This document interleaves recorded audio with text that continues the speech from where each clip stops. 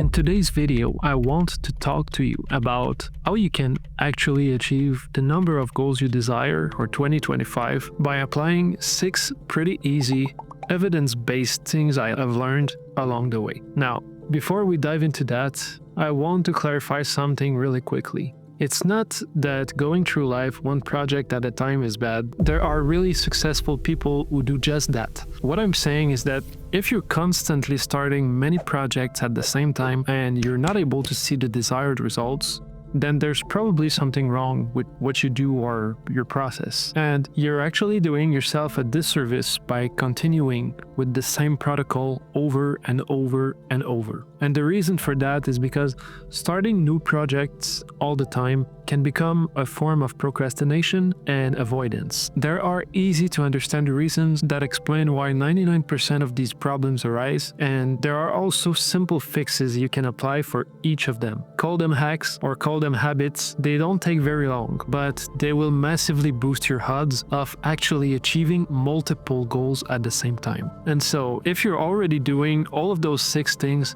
that's fantastic. You're probably already winning. And if you're not already doing any of those 6 things, then you've got some very easy wins that you can apply pretty much as soon as you finish watching this video.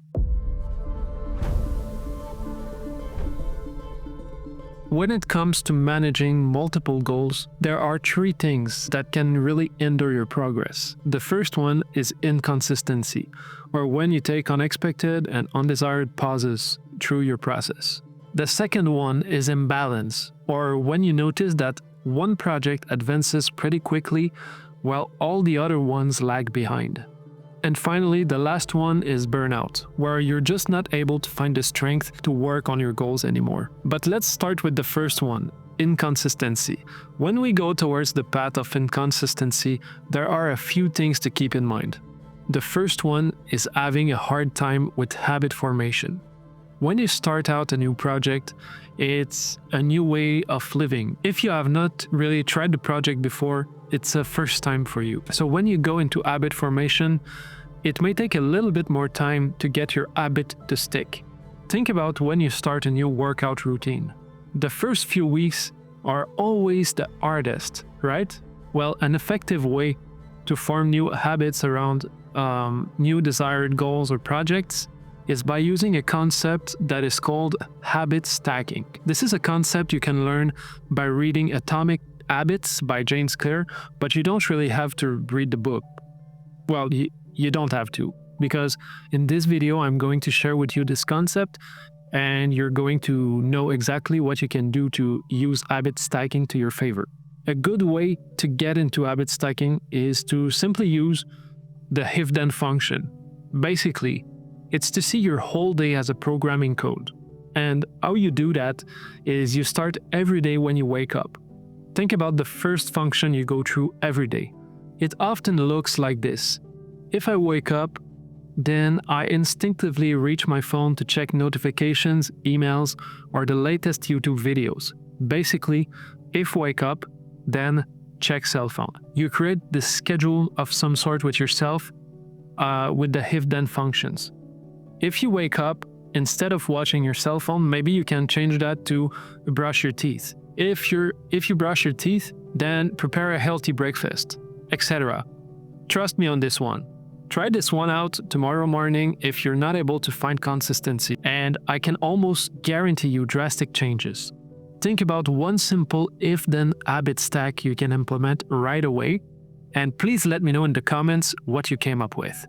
So after you've done the process for a while, you're going to be able to see your whole day as the programming code with a lot of if-then functions. And by experiencing your days like this, you're going to notice a few new blockers arising along the way. These are things that throw you off your consistency.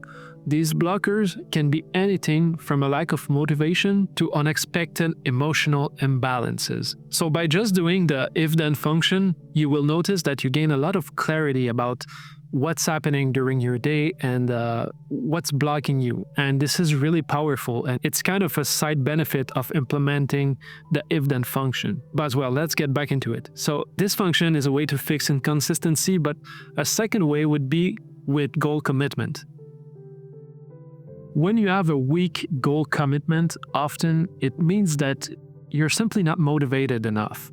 And there are many schools of thought about the subject, but the one that I found really interesting and that works for me is to understand the difference between intrinsic motivation and extrinsic motivation. Think about working overtime only because you want a promotion. That's driven by external rewards. So that is extrinsic motivation. An intrinsic one is doing it because you enjoy it or it aligns with your values. Imagine volunteering at an animal shelter because you genuinely love animals and you care about their well-being. What happens with extrinsic motivation is that when you try to commit to daily practice, it's going to be very challenging, especially when you face obstacles. So basically, the fix to a weak goal commitment is to go toward goal reframing, to make your motivation change from extrinsic to intrinsic. So, how do you actually reframe a goal? It starts with simply asking yourself why you're pursuing it. We'll touch more on reframing techniques later, but the last struggle around consistency is about emotional fluctuations. And I think this is the most common one. This is where unmanaged thoughts can break your focus and productivity towards particular tasks. Overall, in society, we live really fast-paced lives. And it's easy to forget to take a moment and pause to understand how we feel and how we evolve with emotions. And this is really important. I want to put an emphasis on this point because honestly, this is crucially important when it comes to goal consistency. It's because when you have emotional fluctuations, you're not able to stabilize or regulate. You're going to have very different capacities and progress throughout your journey. How you regulate your emotions is with cognitive restructuring. Basically, learning to reframe your thoughts from negative and restrictive to positive and empowering. I feel like this is probably one of the most important things I learned along the way in my self-improvement journey. It's simply to be able to see the thoughts rising into your mind and being able to transform them to work for you instead of working for external sources or causes. Let's say a negative thought pop up. I'm going to fail at this. You can reframe that thought to, this is challenging, but I can learn and improve with each step. If you use all three of those techniques, I feel like it will take care of over 90% of your problems with inconsistency. Now, we'll go towards fixing imbalance, which is the second most important notion. When you try to do many projects at the same time, but only one of them is advancing quicker than the others, this is where you find imbalance. That can be really frustrating in some way because, for example, if you want to become an entrepreneur, but you also want to become more healthy, you might spend lots of time on one of those projects because it feels easier. It's less challenging than the other. But at the end of the day, we don't want to leave the other goals behind. There are many ways to solve that problem. The first one is to understand the amount of resources that you have within yourself. Because at some point, you can use a lot of your attention or focus on a particular task daily. And you will feel kind of depleted of your attention. Your attention will be limited. So cognitive resources like attention and working memory, it's important to remember that these are limited. So task switching or multitasking are way less efficient than focused attention on a single task. Well, actually, multitasking is scientifically impossible. So when you try to work on multiple projects at once, you're splitting your limited cognitive resources. It's natural to gravitate toward the projects that are more immediately rewarding, that are urgent or interesting. This leads to focusing disproportionately on that project, while others suffer from lack of attention and progress. Your brain naturally seeks to minimize cognitive load by focusing on one thing at a time. Even when you intend to multitask, think about it. If you have a work project due tomorrow, and you also want to start learning a new language, which one are you the most likely to focus on after a long day of work? Well, probably the urgent work project, even if you know the language learning is also important to you long term. One way I found that is really interesting to make this problem go away is to use time blocking or scheduling. So you simply put a few different blocks during your day. At first, when I started, I think I was putting single 50 minutes time blocks for every project I had ongoing or something like that, because all of them were as important to me. So I was putting in 1 hour for business, 1 hour for health, and 1 hour for learning how to play chess. And so, by doing that, I made sure that everything else except that activity was removed from my distractions and my full focus was put on it. This was when I started to understand the power of time blocking. It was really interesting, and basically, you simply allocate specific time blocks in your schedule for each project.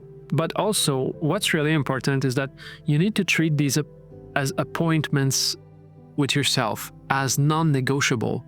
It's kind of a meeting with yourself in a way. So even if you feel drawn to one project, you still stick to your schedule. And this will ensure that you have a balanced allocation of time and attention on all of your projects. But also, it reduces your impulsive prioritization and it prevents one project from monopolizing all of your cognitive resources. Now that resource depletion is taken care of, the next root cause of imbalance is loss aversion and progress bias. So, loss aversion is the tendency to feel some kind of pain from a loss, and it's more strongly felt than the pleasure of an equivalent gain. For loss aversion, think about how much worse it feels like to lose $20 than good to gain it. Progress bias is the tendency to be more motivated by tasks where progress is readily visible. Imagine you have 2 projects, one where you see daily progress, like writing a page a day, and another where progress is less visible, like building long-term relationships. You're naturally drawn to writing, right? So you might be driven to focus on projects where you see the most visible and immediate progress. The fear of losing momentum on that project can be stronger than the desire to gain progress on the other ones. This is especially true when you gain a few steps ahead in one particular project. When you have a breakthrough, for example, you might see your projects going from 10% completed to like 40 or 50% completed. And all of a sudden, your other projects are still at 10 to 15% completed. So you might be drawn to work on the one that's at 50% to complete it and then go for the next one. But we all know how that ends. We just never work on these other projects and we continue in the other way. That is also what science recommends. When we want to focus on one single task at a time, it's one of their arguments, and it's not a bad one, really. So tracking progress is the solution to this. It's to have some kind of way to measure in a balanced way how your project progress is going along. So by tracking your progress towards your goal, it's kind of motivating. It's giving you a way to stay focused on balanced metrics and ensure that you monitor progress across all of your areas, not just the most immediately visible one. So you define clear metrics of progress for each project, even the less tangible ones. And then you track these metrics regularly and you review them weekly, and that makes progress visible across all of your projects.